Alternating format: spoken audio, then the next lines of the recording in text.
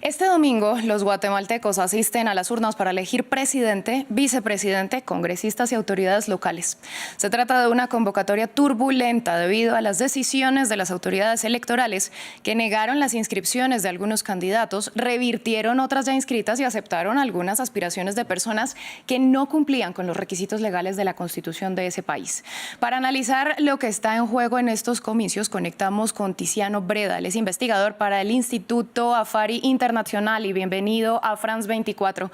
¿Qué está pasando con las autoridades electorales de Guatemala? ¿Cómo se explica que se hayan presentado tantas irregularidades desde la inscripción de los candidatos? De hecho, la aspiración de Carlos Pineda, que fue favorito en intención de voto, fue anulada. Por supuesto. Buenos días, Valentina. Gracias por la invitación. Efectivamente, el proceso electoral en Guatemala es extremadamente viciado por esas decisiones justamente mencionadas y básicamente no ha de sorprender, pero porque es completamente coherente con un camino que se ha dado en los últimos años en la política guatemalteca, en donde las élites políticas, militares y económicas del país ha intentado recomponer un círculo de impunidad, un pacto de impunidad, por así decirlo, que había sido quebrantado en la década anterior por las investigaciones de una Comisión Internacional contra la Impunidad y algunos juicios que habían expuesto, ¿no?, redes de corrupción y de violencia en estos círculos más altos, esas esferas más altas de la sociedad guatemalteca. Esta elección es fundamental para finalizar para mantener esta recomposición del pacto de impunidad y por lo tanto los candidatos que más representaban una amenaza para este statu quo han sido inhabilitados para esta elección. Bueno, hablamos ahora de los favoritos, porque según las encuestas, pues esto a la presidencia son Sandra Torres y su fórmula vicepresidencial, que es Romeo Guerra, un pastor evangélico, y ya empiezan los cuestionamientos, porque la Constitución prohíbe a los candidatos que sean miembros de una institución religiosa.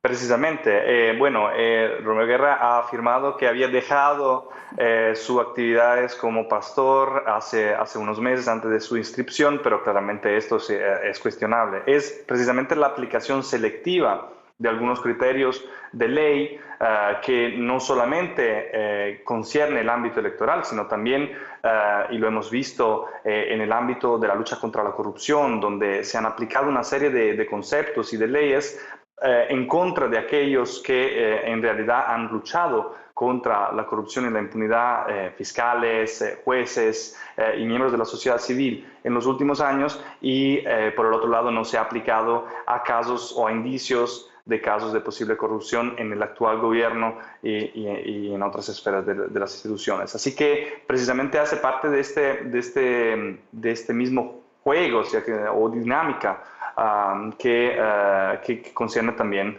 la candidatura de Sandra Torres, que es una figura controversial, es ya la tercera vez que se presenta a esta elección y que normalmente es la candidata fácil de vencer, o así es percibida, porque llega a menudo con buena prestación, con buenos resultados en primera vuelta, pero nunca ganando la mayoría, y luego termina siendo ganada en segunda vuelta porque es una figura que genera mucho anticuerpos, sobre todo en las ciudades guatemaltecas. También tenemos a Zury Ríos, que es hija de José Efraín Ríos, presidente de facto, dictador, entre 1982 y el 83.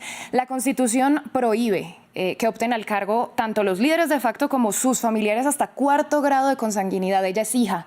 ¿Qué se puede decir al respecto? Efectivamente, ella ha sido excluida de otras contiendas y en este caso pues ha sido revertido el juicio de inhabilitación para Zury Ríos. Zury Ríos es la candidata preferida indudablemente por esas élites a la que me refería a nivel económico, político y militar del país, y es una figura que pero podría resultar una mala apuesta o tener algunos efectos boomerang en este esfuerzo de estos círculos de promover su candidatura, inhabilitando otras, porque su figura precisamente evoca unos sentimientos encontrados en la sociedad guatemalteca, particularmente en esa gran mayoría de población que vive en las áreas rurales, que ha vivido conflicto armado, y esto efectivamente se está traduciendo en una muy pobre performance en las encuestas. Vamos a ver cómo termina siendo el voto del domingo, pero en la última encuesta que ha sacado Prensa Libre, pues ella quedaría en el tercer lugar hasta el momento. Bueno, también tenemos a Edmond Mulet, pero no tenemos tanto tiempo para extendernos hablando de esto. Y algo que quiero preguntarle es que todos los candidatos, estos favoritos, de alguna manera, en algún momento han mostrado su acuerdo con las políticas de Nayib Bukele en El Salvador y cómo podrían apropiarse de este tipo de medidas para mejorar la inseguridad que está en este momento azotando a Guatemala. ¿Qué se puede decir entonces de esto?